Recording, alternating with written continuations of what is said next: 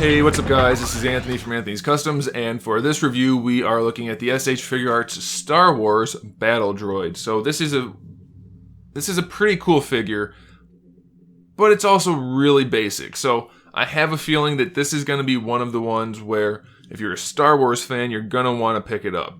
If you're not a Star Wars fan or just kind of into Star Wars like I am, where it's not like super good or just it's alright, this is probably one to pass. It's a solid figure, but there's not a whole lot going on. It does have some nice paintwork on it, and it's got some unique engineering, but it's just kind of blah, which is what it's supposed to be. So like I said, if you're a Star Wars fan, good for you. It's perfect. You're going to want to get it. So let's get him off the stand and take a closer look at what we have. So this guy stands roughly just over 6 inches tall at the top of his head. And of course you can get him a little bit taller if you really wanted to straighten him out. And that makes him just under 16 centimeters. And as far as the paint job goes, it looks like he doesn't have much going on. But if you get a little bit closer and look with some extra careful eyes, you can see that all of the line work, all of the panel work has been lined. He does have some silver spots throughout to look like his pistons and things. And he's got slight battle damage throughout the entire figure. A good example is right there on the thigh. That's basically everywhere, all along the edges. It's really faint, and if you don't have good lighting in your room, you may not even notice it. But it does look really good once you do notice it, so that's a good thing. Now, as far as accessories go, he doesn't have a lot. You can see already on his back that he does have a blaster, and that's this right here. It's nicely done. It's fairly basic, but that's okay. It looks like it's supposed to. A little bit of paint on there. No problem. And he has interchangeable antennas. They are soft, so they won't break, so don't worry about that too much. So we have the ones that are up, and then we have the ones that are down. If I can put them in. That's it. That's it for the figure. So like I said, it's very basic. It doesn't have the most going on, but it is still a cool figure. And this right here, that is just so that he can hold the gun back there. You're going to want to flip that up when you're not using it. And you should be able to pull that back down with your fingernail. I had to use a knife and kind of wedge it in there, so use a little bit of caution if you have to do that.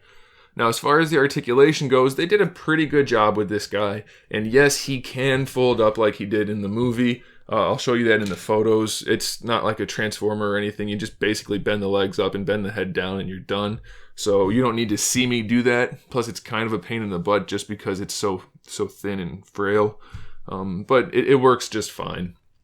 So for the neck, we have the main hinge where it connects to the torso. Then we have another hinge right here.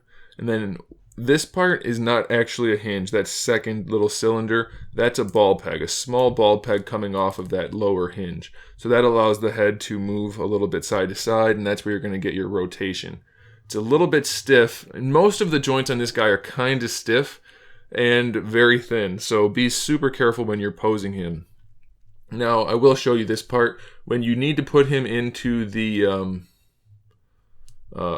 collapsed mode, if you want to call it that, I couldn't do it without popping it off, and I'm not sure if you're supposed to have to do that or not. I had to, so you have to pop that off and then reposition it, but you'll figure that out as you're messing with it.